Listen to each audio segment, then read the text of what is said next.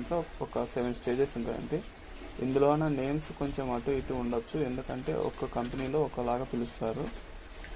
మనము naming format అనేది కొంచెం చేంజ్ ఉంటుంది, అయినా కూడా మీనింగ్ అంతా సేమ్ అండి. ఫస్ట్ది వచ్చేసి మనకి ఇక్కడ రిక్వైర్మెంట్ కలెక్షన్ అండి. రిక్వైర్మెంట్ కలెక్షన్ అంటే ఏంటంటే, మనకి ఒక అప్లికేషన్ కావాలి.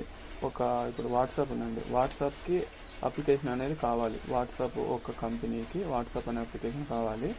ఆ అప్లికేషన్ డెవలప్ చేయమని మన మెటా దగ్గరికి వచ్చి వాళ్ళు అడుగుతారు. అడిగినప్పుడు ఆ రిక్వైర్మెంట్ అనేది మెటా బిజినెస్ అనలిస్ట్ అని ఒకరు ఉంటారండి, బిజినెస్ అనలిస్ట్ అని.